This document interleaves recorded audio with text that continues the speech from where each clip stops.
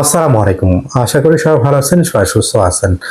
আজকে কথা বলবো ফ্রান্সের যারা কিনা উৎসাহ থেকে কন্ট্রোল করতে আসে, তারা কি আসলেই অনিয়মিত ব্যক্তি যারা কাজ করে তাদের জন্য আসে নাকি অন্য কোনো কারণে আসে?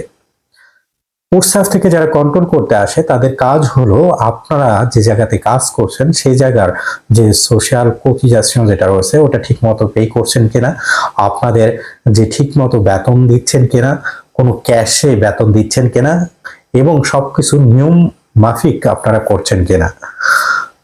তো সেই ক্ষেত্রে যদি কিনা উৎসাহ থেকে কেউ কন্ট্রোল করতে আসে, যদি কিনা অনিয়মিত ব্যক্তিদেরকে পায়, তো সেই ক্ষেত্রে প্রবলেম হতেও পারে, আবার নাও হতে পারে।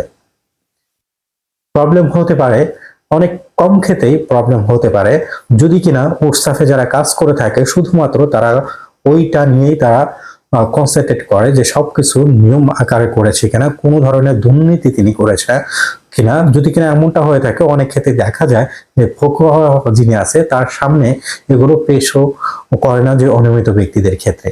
আর যদি কিনা দেখা যায় যে অনেক গরমিল করেছে, তো সেই ক্ষেত্রে তখন কিন্তু ফোকরা যিনি আছে তার কাছে যায় এবং তখন আদালত থেকে তারা রায় দেয় এবং এই জিনিসটা পরবর্তীতে সমস্যার আকারে পরিণত হয়।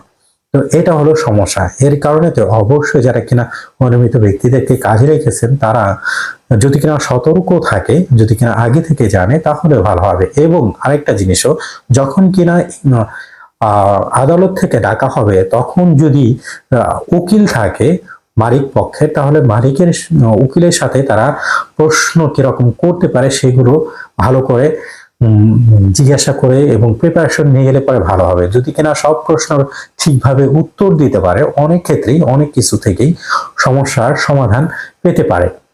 এর কারণে তো উকিল হোক বা সংগঠন হোক বা আপনারা নিজেরাই হন না কেন, সব প্রশ্নের উত্তর জানার চেষ্টা করবেন। যদি কিনা এরকম আপনাদের কন্ট্রোল করে থাকে তাহলে আপনারা কিন্তু অনেকটাই ভালো হবে। এবং আপনারা যদি দেখাতে পারেন যে আপনারা প্রক্রিয়ার মাধ্যমে রয়েছেন অনিয়মিত ব্যক্তিদেরকে নিয়মিত করার জন্য, সেটাও কিন্তু প্লাস পয়েন্ট অবশ্যই। এর কারণেতেই আপনারা ভেবেচিন্তে কাজ করবেন। আশা করি আপনারা সবকিছু বুঝতে পেরেছেন। ভিডিওটা শেয়ার করে দিবেন। আসসালামু আলাইকুম।